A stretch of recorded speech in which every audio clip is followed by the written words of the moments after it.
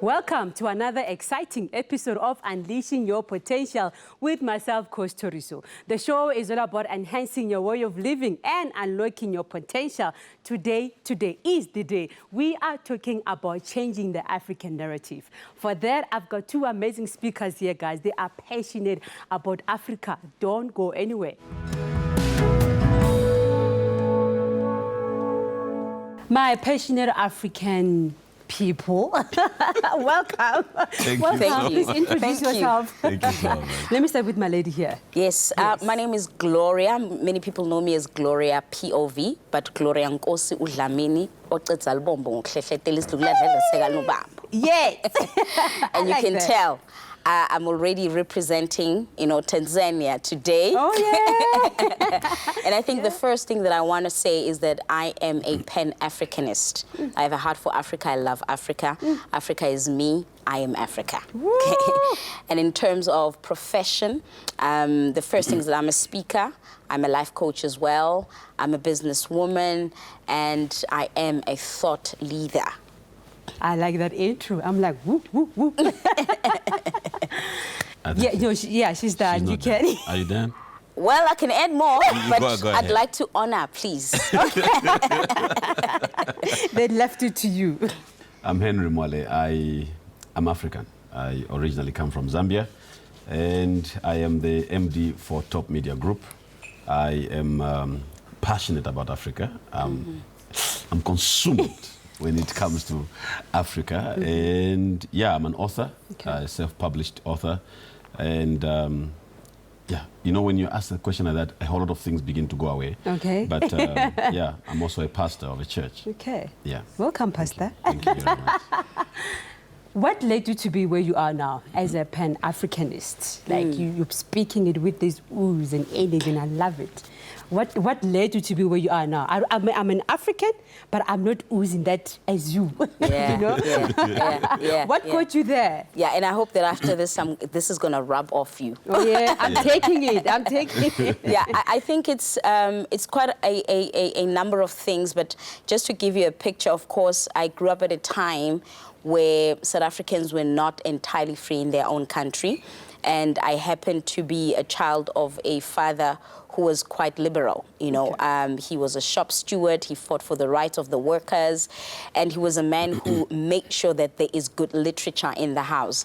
And so I would read these books about the greats of Africa. One of my favorites was a booklet about Robert Mugabe and one about Thomas Sankara. And what I read about these men, of course, and this was literature that was not allowed to be out there. So it was smuggled into the country somehow. Yeah. But when I would read about who these men were, and I looked at the reality of the black man on the African continent, it was a contradiction. When I watched TV, I saw a black man who was a man who had no power, who had no identity, who didn't know who he was. His people were lost, they were hungry. There were pictures of children who were very skinny that I've never even seen myself with my own bare eyes. And I started to question what exactly is happening. And I arrived at a point where I realized that there is somebody who is controlling the story of the African.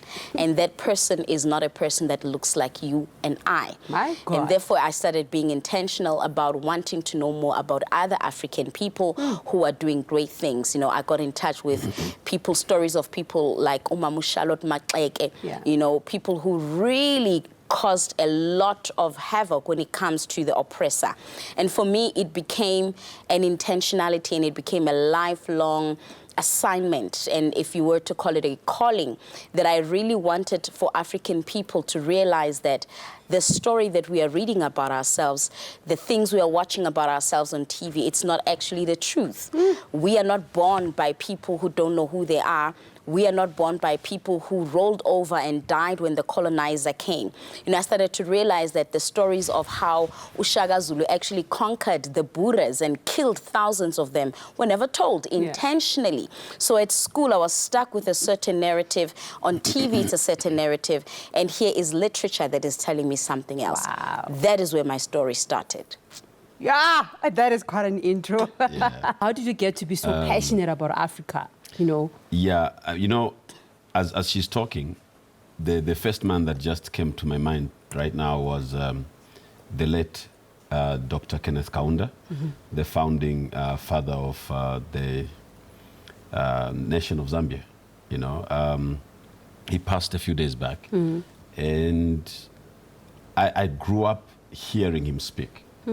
I was a young boy then, and he would be talking about apartheid South Africa. He would be talking about P.W. Botha, and he would talk about, I wouldn't hear all the speeches, of course, but I knew these names because I would hear them on radio as he spoke. He would talk about Ian Smith in Zimbabwe, and how he was so passionate about the fact that Zambia is not free until all her neighbors are free, until all African countries are actually free. So there was a deliberate effort to make sure that Botswana was free, Zimbabwe was free, that the countries around us actually became emancipated. But it looks like not only Kaunda, I mean, there was a whole lot of other people, Julius Nyerere from Tanzania, Kwame Nkrumah of Ghana. We had all these men, but it's like there's something that Africa has lost along the way.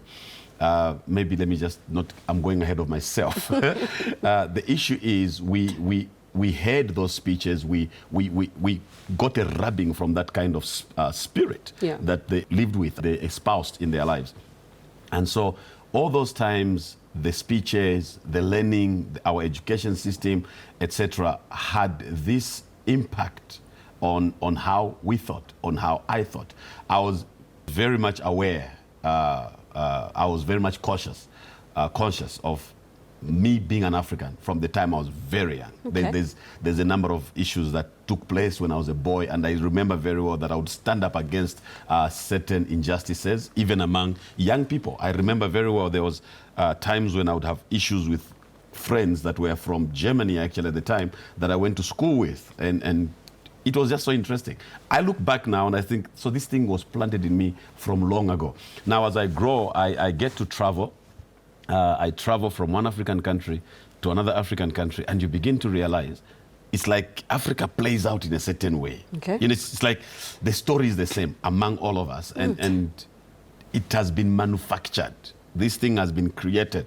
What we see on the continent of Africa has nothing to do with Africans being idiots. It has everything to do with the fact that somebody is having a remote control somewhere. Then they're controlling systems, and they're creating a situation where we can find ourselves where we are.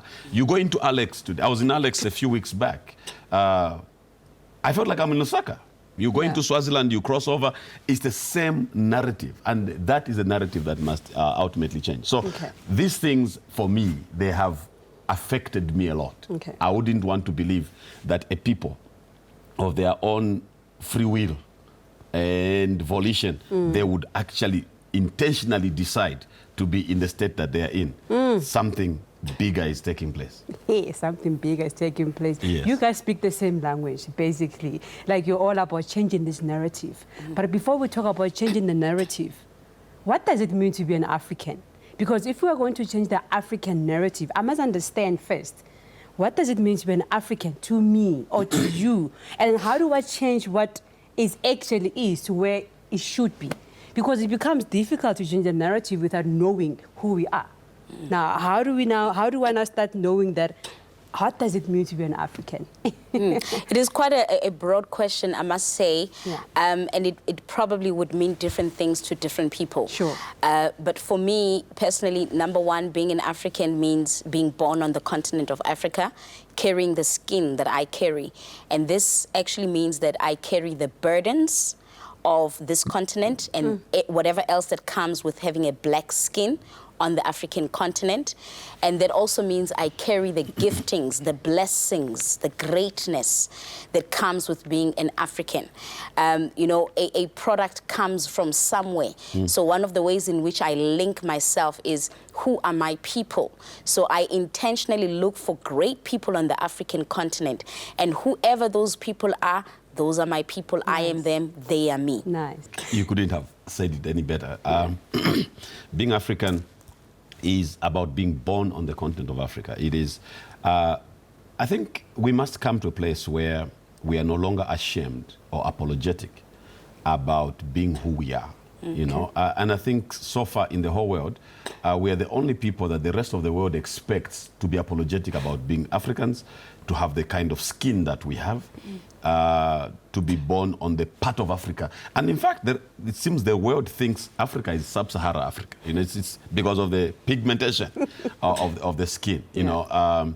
So I'm not going to be ashamed of that. And Africa must not be ashamed of who they are. Kwame Nkrumah once said, I am not African necessarily because I was born in Africa. There's something bigger. Hey, there's something deeper about being African. It's because Africa was born in me. There are just certain things about being African that you cannot fully understand if you're not from Africa. You know, she can play music from Mpumalanga, even if I don't understand what she's saying. Something within me will just resonate. Just kicks in, definitely. And you can't explain that. You can't explain that. You know, so that's, I think, being African is being who we are. Being who we are. Just who we are. We're talking about being an African. I am an African. I am an African. I always think of President, the former Thabo Mbeki, like the speech that he made. I am an African. That was like, oh my God. That was amazing. He talks about, I owe my being. Now that's deep. That's deep. I owe my being to the valleys and the mountains. And he talks about all these. The man is a poet. Beautiful. It's beautiful. He talks about all these aspects that make Africa Africa. And we cannot be ashamed of who we are, because that is exactly who we are. I think there's nothing that beats that poem as far as being African. Being an African. Oh, I went through it last time when it was Africa Day. Yes. It just made me just to resonate, to remember who I am after all. Like the heartbeat of Africa is like, I'm being reignited all over again. I like that. Thank you so much. Now I understand that what does it mean to be an African? And we say the narrative is different from broad, from education system, from TV, from everywhere. It's different. How do we change this narrative to which one actually do we have to say this is the right narrative? You go first. Okay. So I think the first thing is for us to look at what is the narrative that is being pushed about who we are. Okay. So the narrative that is being pushed about who we are, it's across. It doesn't matter whether it's Zimbabwe, it's Tanzania, it's Algeria, whatever country. The narrative is that the African person and the African people are out there dying of poverty. The narrative is that the African people cannot hold a family together. The African narrative that is out there says we are a people that are not gifted, we are a people that is corrupt, we are a people that are alcoholics, we are a people that cannot take care of our environment. So they would show the dirty streets and all those things. So it is a narrative that says the African people are misplaced. The African people have no identity. They actually need somebody with a different skin color to rule and govern them, for them to be on the right track.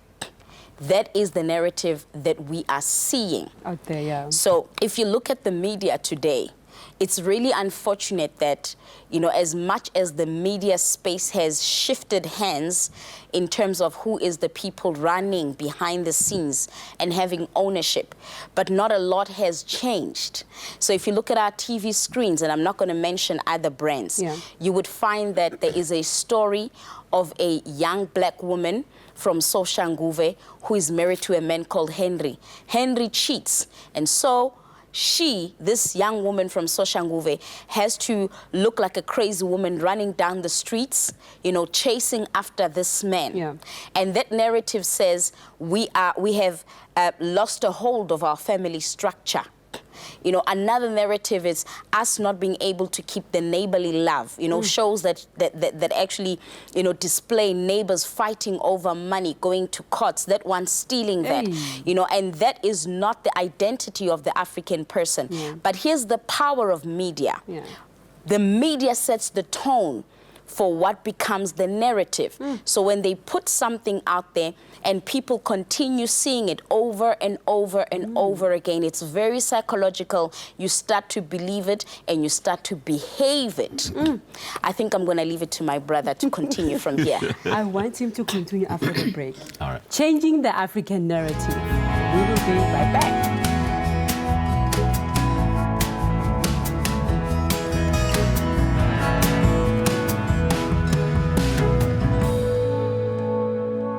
Welcome back. So, Henry, to you, what does it mean to change the African narrative? Thank you very much. Like Gloria was saying, this thing is big. Yeah. And it will not be done in overnight. It won't be done probably not even in our lifetime. That's why we need to be able to have the kind of leaders that see beyond themselves, beyond their generation. Now, changing the narrative. There's a narrative that must be changed before we can adopt a new narrative. The narrative that we currently have is what Gloria was alluding to. Yeah. It is well scripted, you know. In fact, it's a narrative. It's a narration, actually. It has been narrated. It is scripted, edited, thoroughly made, concisely put together, and packaged for the mind of an African. Sure. And so over the years, all they have been doing is fine-tuning the narrative so that from generation to generation, it fits with the times. And yet the very fundamental principles of the narrative that we have been sold is the same. The narrative that actually says we are poor, we are a poor continent, that we are not just poor, we are supposed to be poor, that actually we are lazy. And that hurts me. Yeah. That gets to me, Twin. Yeah. Listen. When people say we are lazy, they know nothing about lazy, because African people, let's just talk about our mothers on this continent. Yeah. If there's anyone that I know that works more than anybody else, and I've traveled, it is African people, Yeah. African mothers. They wake up early, take care of the family. We take care of our children. Our mothers take kids, single mothers, take kids to school through very meager income and turn those kids into doctors, medical doctors, and lawyers. They become professional. And these are people you want to say they don't work, they are lazy. It doesn't take a lazy Doesn't make any person sense, yeah. to produce such quality Yeah. with almost nothing. Yeah. It takes a lot. But the narrative is to distort and destroy how we think about ourselves. And she mentioned something about media. You talked about media and how media has had a big psychological influence on our people and how they think about themselves. We have a distorted and damaged mindset on the continent of Africa. And if there's anything that must change first, before we change infrastructure, before we change political leaders, most of these guys that we are leading us actually have serious issues themselves. We need to change mindsets. Am I right? That is correct. And we need to also understand, Tori, so that the oppressor was very intentional Yes. when the oppressor came on the African continent. And I often say, where I bring in my life coach, you know, capabilities and skill, that when a person understands what went wrong, it is then they're able to fix it. Yeah. And the oppressor's idea was, when they looked on the continent and they realized the wealth of the continent, they came together. I mean, all these countries we know of that are oppressed different parts of the African continent, they came together and realized that these are a people. This is a nation. Yeah. We cannot go there and take chances. So if we are going to take over this continent, we need to break them at parts of themselves where we won't need to work harder in 100 years to come, 200 years to come. Sure. And when they came here, they found us living in communities. You know, African people had pride about being in a family structure, to a point that when you saw an old woman, you don't know it was your grandmother automatically. You know, she had a right to discipline you. We were very communal. We were a society. That was our strength. If a mother in this house does not have enough, it is not a shame to go to the next neighbor, house. yes. And so they came in and decided, if we break the backbone of their society, then everything else would fall apart. So the first thing they attacked was our family structure. And this is what they did intentionally. Take the father away from the family structure so he can go and work far from home. Come back home after 3 months, after 6 months, once every Christmas. what that does is these two people who are in a love affair become strangers. This man is in the mines, he's being whipped, called a boy, his ego is smashed. When he comes home, he needs an outlet. Guess who's the outlet? It is the mother and the children. The next thing they did was, let's take away the mother as well. So the mother went and actually took care of their own children. This is why they are so blessed too, that our grandmothers and our great-grandmothers raised their children. This is why their children are well-mannered, because they found our great-grandparents while they were still fresh. They still had energy. When they came back home in the evening in the township, our grandmothers, our mothers' had nothing to offer our mothers. So the children are left alone. And they are experimenting with sex, drugs, whatever else. But this is what the oppressor wanted to achieve, a broken society. And this is why it is very important that even when we are creating content on TV, creating content on our books and our magazines, we are very intentional about telling the Black love story. Black love must be televised. It is on its own a revolution. But that is going to take a mindset of a Black man and a Black woman that are going to say, against all odds, we understand the battle is not only between the two of us. We are fighting a system. It is bigger than us. Oh, the system is bigger than us. What they destroyed was not only the family structure. They went beyond the family. I mean, we have always been a communal people. Your father's brothers were called fathers. And as a result, you never really had situations where the person you call your father will come and molest a child in the house. We never had that. All these things have been distorted and destroyed as a result of us trying to become something that we are not, or them trying to teach us to be what we are not. Now, not only was the family structure destroyed, what also they destroyed, because it was about division. Divide these people so we can conquer them. If we don't divide them, we are not going to conquer. We are not going to win. So what do?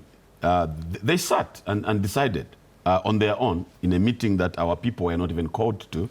How many countries is the Great Britain going to take? They took whatever number of countries they took in Africa. It was called the Scramble for Africa. Yes, Scramble for Africa. I call it the rape of Africa. That's the time Africa was actually violated, raped against our will. And we are still suffering from the vestiges of the past, the things that people came up with. We are not saying this because we want to continue living in the past, but we are trying to undo a narrative. Right now, the problems that we are having with small things like infrastructure, roads that are damaged. We even joke about if you drive straight, it means you are drunk. You have to be avoiding potholes all the time. We have got serious problems. Service delivery. We've got places actually, even here in South Africa, where there's no water for 2 weeks. How do you get people to live without water for 2 weeks? The whole continent of Africa suffers from those things. Those things are a result of a mindset that was imposed on us from the beginning. So that is the thing that must change. If we are going to have service delivery, if we're going to have leadership that matters on the continent, we need to make sure that minds begin to change. So what we need to sell is actually a mindset, a new mindset. And it's not going to be easy, because what most of the people are doing in the media world today is about who slept with who did what with who. It's about gossip, because gossip brings in numbers, gossip sells, and that's what they are more interested in. But there are serious issues at the core of this continent, and we need to address that. Yeah, I think if I may also add, is the educational system is a very powerful tool that the oppressor used. And it actually gets me boiling. If you take today a picture of, let's say, Dr. Kenneth Kaunda, and you show it to a child who's 18 years old, they won't even know who he is. No, they don't. And the intention, it's very intentional. There is a story that the educational system is selling. And this is why if you check curricula in the township and curricula in private schools, and check curricula in, you know, the privately owned schools that have branded names, which we are not going to mention, it's not the same. The aim of education is for a person to know who they are first. That is the aim of education. For a person to be aware of themselves, to be aware of the world they live in, and to be aware of the people they interact with. The educational system on the African continent pushed the history of our oppressors. We saw our oppressor as the hero, you know. This is why there are certain days that we need to fight to keep as holidays, because if we lose those days, the story is completely gone. We need to fight not only to keep the days, but keep the original name. For me, there's no such thing as Youth Day. For me, the 16th of June is Soweto Uprising. If you take away Soweto Uprising and you bring it as Youth Day, any other youth that is born is going to lose the story. So when you say Soweto Uprising, it was the young people of Soweto and all other townships that came together. So the oppressor is very intentional about his plan. In my history books, the only part I learned about Shaka Zulu, it's that he was born as Shaka Zulu. I don't know about the other kings, Usopuza, you know, the Pedi King, the Xhosa kings. They're not in our history books. We don't know them. We don't know about the Rain Queen Mujaji, you know. We don't know that there actually has been found in history that the first innovative school was found in Tanzania. We don't know that this hair that you and I are wearing can actually be traced back on the African continent with our great-grandmothers wearing these things. That I did not know. Wow. This hair you're wearing. This hair that we are wearing, of course, the quality is different because of technology and all those things. It has lost originality. Yes. But the reality is the African woman loved to look beautiful and actually, you know, became innovative enough to make her hair somehow straight. I don't know how they did it. So the oppressor understood that if they pushed the narrative of them having the superpower, you know, them being the ones that are able to make things happen, then automatically they don't even need to tell us to submit. We automatically feel like our submission is our position. But imagine picking up a book when you're in grade 3 and you read about a young man called Thomas Sankara, who looks like you, who looks like a man you could see on the street, and what he was able to do. You believe you can do it. You're connected. Come on. Instantly at that and you start to behave that way. And this is why we are saying that as much as, you know, it's very interesting, Toriso, that, you know, some of our people have been given a different environment. Okay, and I'll give an example we're talking about with my brother here, Henry. And there are people, our own people, who've had the blessing or the luck of being millionaires. You know, there are shows that show us how people blew the money. This goes to show the depth of a mindset, how important how you think, how you see yourself is. These people are given 3.6 million they didn't work for. If I were to give it to you today, you would probably say, Gloria, there's a lot I'm going to do with it. But if your mindset is not ready for it, I'm telling you, it will actually leave you at the worst position. This says to you and I that it's not about changing just the environment. It is not just about changing service delivery, infrastructure, but it is about reaching the mind of the African people for them to start believing better about themselves, for them to start seeing greatness within themselves, for them to start to know the truth about who they are. And until we change that, we're going to change politicians, we're going to change governments, we're going to change regimes, and Africa will remain the same because something went wrong with the African it's not mind. root cause. Because Whatever the that mind is happening. is not changing. You were saying earlier on, you say, not here, of course, she was telling me there's very little you can do with a mind that hasn't It's not changed. You see, at the end of the day, all these presidents in Africa that have got money stashed in their houses, it's a mind. It's a mind. I mean, how do you stash money in their house. What do you need it for? Let the money go into circulation. Yeah. It's a mindset. It's a mindset.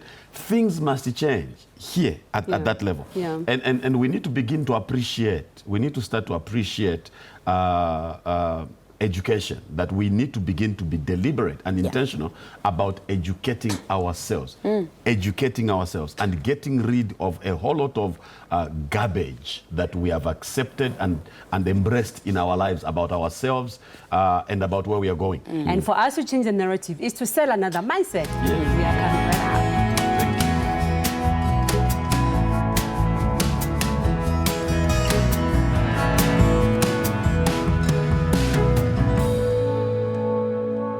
Welcome back. I'm liking this. This is very profound. This is very powerful. This is like to my heart. Now, I hear that you guys were saying that we were sold the mindset. And when I look and what I hear, what you guys are saying is literally the truth. We've been sold the mindset. Now, here we are now in this generation. How do we change what we've been programmed in us? Because this is a programming, it's an embedding in the mind. How do we now unprogram to program? The first thing is, Toriso, you know, what has been taken away from the African people is the love for each other and for ourselves. And I don't even need to know you, but the minute I see and I look at you, I need to be able to display a certain level of affection and love, whether I know you or not. Reason being, I'm not dealing with just you, the face, but I'm dealing with many years of brokenness. I'm dealing with struggles that you're probably not going to talk about. So that is the first thing we need to restore.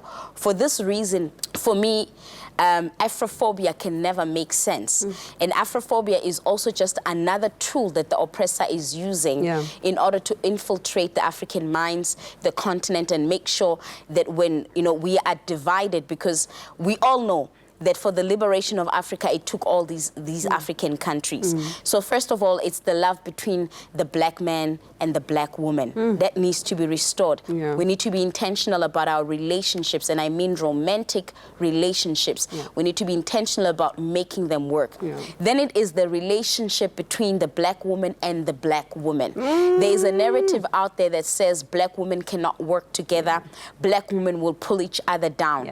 We have heard that story, and probably there are facts that actually back that up. But why can I not hear of a Gloria and a Toriso who started a business together? They're doing very well. A Gloria and a Toriso who've been friends for 30 years, and none is jealous of the other. It is those little things. The other thing that we need to change is the type of content that we consume. If we are not going to be intentional and push back as the black people of this continent to certain narratives that are being put out there about us, this is going to continue. I have seen an uprising, you know, on social media where black African people would say, this retail has said this about our hair, so we are going we're going to boycott. That is one of the things that we need to do. But even more than that, you know, these shows that tell us the pain, the struggle, how destroyed we are, how much of losers we are. We need to kill those shows by not watching them. The only reason why they are staying on is because mommy says, oh, they love watching this, so I just put it on and I continue with my business. Watch what your children are consuming. We also need to increase in terms of our literature. I feel that we're living at a time where anybody can write a book, but can we be intentional with the kind of stories we are putting out there? You know, bear in mind that we are actually doing what we call corrections. So you cannot just come out of nowhere with just a book that tells a story. Remember that every book is correcting something that went wrong, and be intentional about that. The one that really hits my heart, it is the kind of stories that are being told by the rest of the world about our own heroes.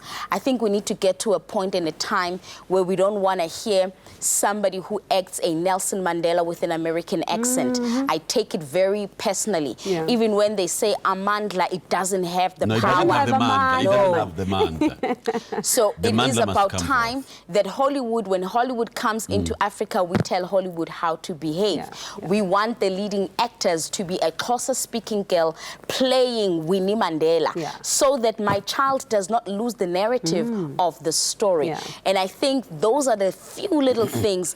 It's an action plan that we can start even tomorrow. I love it. I love it. Solution. Yes, Twin, we can start that right away, actually. You look, we are having solutions, right? Yes. A situation where we have a whole lot of people right now who are very excited about motivational speaking, about there are motivational speakers, then you have inspirational speakers, then you have transformational speakers. I don't even know anymore what the difference is, but there are all kinds of speakers out there. Yeah. Now, what is interesting is that most of these guys, you look at them, it's like you read books in order to memorize some lines from the book, so that when you speak, you sound clever. Okay. You know? And you see them on social media, you see them everywhere. They steal ideas here and there. They pick up words, they pick up quotes. Yeah, that's the word, lines. Yeah. They pick up quotes and they come and they speak. For the narrative to change, we need something bigger than that. We need real men and real women to stand up. We need people that are going to make serious sacrifices. Our political liberation did not just happen. It happened because some people were willing to make some serious sacrifices. Yeah. And we are not going to have people who just want to look and sound clever just because they read something from someone's book. We need something more than that. We need commitment to a cause. We need sacrifices, at very serious sacrifice, financially. If it doesn't cost you awareness self, as we say, you're not going to be serious about it. You know, and that's why most of these politicians, we vote for them, we don't even know what they've ever done about themselves. Themselves as leaders leading their own lives. They have never done much in their own lives, but still we vote for them because they made the most noise. That time must come to an end. We need to change that kind of rhetoric. We need to change that kind of thinking. Africa must begin to move forward. It's not about how impressive you look or how impressive you sound. It's about getting the job done. And Africa, we've got work to do. Let us begin to do it right in our homes. Let's tell our children stories again, all over again. Stories that school systems are not telling them. Let's tell our children those stories. Let's utilize the information that we can get from the old African people today. They say the death of an old man is like the burning of a library. Yes. You know, it's an entire library is destroyed when one old man dies. Let's be deliberate about getting information to our children so that they can actually begin to appreciate who they are, appreciate what we have always been, and begin to move forward with a thought in mind that we are here to do more than just sit, wake up and eat, brush our teeth. We need to do much more than that, and that is to change our tomorrow. Are we ready though? I believe, you know, we obviously have a lot of, and it can be overwhelming, especially for people like myself and the big age who really care. You know, when you look at how much has gone wrong, you know, how... And you feel tired. You just look at it and you think, where do we begin? It's messed up.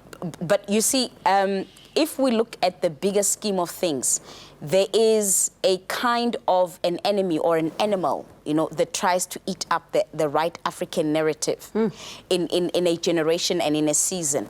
And I'll tell you that one of the things we need to look out for and be intentional about is having a sober generation. Toriso, our generations and throughout Africa, they are drunk. Hey. This is the one thing the oppressor was not able to get right with our great-grandparents and our great-grandfathers.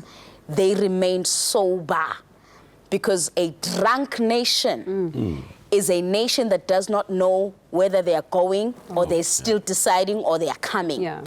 So we have an issue here of substance abuse. There is a substance in South Africa we know about. It is taking over our young men and our young women. They are out there on the streets and they are called, yes, wozaboza, amapara. Those things are intentional. Amapara. Yes. And of course, it is us who call them that, and that is wrong because they start to carry the title. And this is why it's a narrative, you know. But if you see a young man high on that drug and you look at him and say, you are a king, do you know that you're a king? You don't even understand the smile they give you, sister. Yeah. It's just life is Because hard. the king in them just Resonate Yes. with them. We have a situation where we need to be very careful in our spaces, in our professional spaces, home spaces, church spaces, about the consumption of substance, alcohol, drugs, you know, and all these other things, hubbly, blubblies, and whatever they call them. Those are the things that are taking away the soberness. The young people of the African continent are almost tired half the time because they are drunk and high.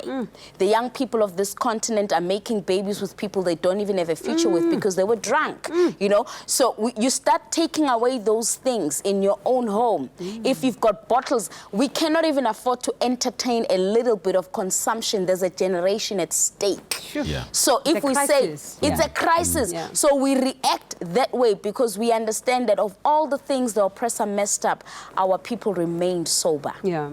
There were women who were sober on the streets of South Africa, of Zambia, of Zimbabwe. Even when their husbands were away, they kept the fire burning. They kept the houses alive. They kept the story alive because they were sober. They could reason, they could think. Isn't it interesting how they have, the system has worked so well that actually even certain things that we do to ourselves, we even come up with them ourselves. We invent. Mapara, is it? Amapara. Amapara. We invent these things. And it's not that, I mean, people out there, they never came up with that word. We came up with it. We are actually perpetuating the narrative. Magrigamba, what is that? I won't even say it with my own lips. It doesn't deserve to be said. It doesn't deserve to be said. But I'll say it for the sake of the viewers.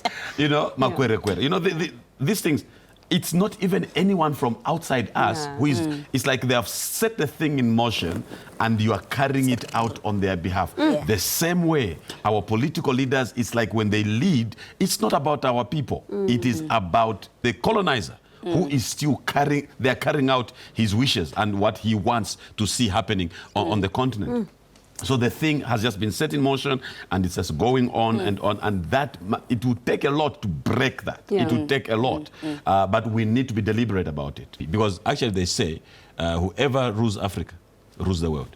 That is true. And the only way that the other power countries, you know, the countries we call the power countries, the strong economies, the only way they remain strong is if we remain poor. So it's very systematic. You know, one of the things as a solution, you probably know of this man called William Lynch. He came up with a system called lynching. And this system was duplicated throughout the African continent, but it was designed in the United States for the African American. And the lynching system is like this, and it's going to fascinate you when you hear it. You make the slave physically strong. So you feed them, make sure they are strong, they can carry heavy things, they can fight, and make them mentally weak. That's like inch to my soul. Yes, it is. And what you're just saying, I was speaking to this other coach the other day, and she said to me that, you know that in Europe, they have a course or a module in the syllabus to say how to win Africa. And then here we are in Africa. We don't know any other course how to win ourselves in Africa. It's very sad. Like you are talking about the system. The people abroad, they're thinking the gold is here, the money is here, the resources are here. Yet ourselves, we don't even grasp part of that. They are still scrambling for the continent. They are so excited. They are clamoring for this continent. And now even the Chinese have come on board. Everybody, they want what we have. But it seems we don't see what we have. Do we see though? Ears we have, but we don't hear. Eyes we have, we do not see. Are we limited? At the end of the day, in all the discussions that we can ever have about this, it is about changing the way our people think. Steve Biko died because he fought, not for freedom. He fought to change the mind of the mindset people. of That is the most powerful weapon, the most powerful weapon in the hands of the oppressor is the mind, of the oppressed. Yeah. Yes. And the other thing that that is quite fascinating is that because of the generation that we are in, we're slowly also starting to see the young black men and black women, starting to slow down on their political involvement, them being active. And that is very dangerous, very dangerous, because one of the ways we influence policy and we influence power is through politics. The other day I was giving a talk on politics in Africa, and many of the young people that were engaging in the conversation didn't know half the things I was saying. That our people don't even understand how legislature works, how local parliament works, local governance. Who's your councillor in your ward? Who's the one who decides there's no water now, where do we go? It is those little things that should be part of our educational system, because that is what makes the system actually work. But unfortunately, because it's not there, one of us will need to go out there and say, if you've got a 16-year-old, you tell them in 2 years' time, you qualify to vote. And when they turn 18, nobody eats in this house unless they can show me on their ID they're registered to vote. And nobody will get new shoes unless they show me they actually went to a polling station. And nobody will go and vote for somebody they don't know. So before you leave the house, I need to understand why you're voting for who you're voting for. We also need to kill this blind loyalty to our liberation leaders, our liberation political parties. Political systems are not soccer. So we don't. Once a Manchester, always a Manchester. Always a Kaizer Chiefs like I am. We don't work like that. But we work with what is this political party representing that resonates with my issues right now. Then we learn a system of changing them like we change baby diapers. You know how much you change a baby diaper? As often as you possibly can. And that is how we are going to win. No loyalty to an individual, no loyalty to a certain brand. My loyalty is whomever can deliver at the time. You can't deliver, I take away my X and I give it to somebody else. Where do people get hold of you? Yeah, well, on all social media platforms, I'm Gloria POV. And if you really want to be personal, you can actually get a hold of me on 072-082-5340. Henry Mwale at hotmail.com. That's my email. 084-917-4070. That's my phone number. And on my social media, I'm Henry Mwale on Facebook, Henry Mwale _ on Instagram, Henry Mwale _ on Twitter. __. Yes, thank you. Thank you so much for being here. I really appreciate it. I've learned a lot. Thank and you. I'm hoping you viewers out there, you've learned a lot. You've been provoked. Because for me, where I am, I'm happy to be African. I'm proud to be African. But I realize as well, there's still a lot to do. And that it will take me and you to do something about it. On that note, guys, I will see you on the next episode on Unleashing Your Potential with myself, Coach Toriso. Goodbye.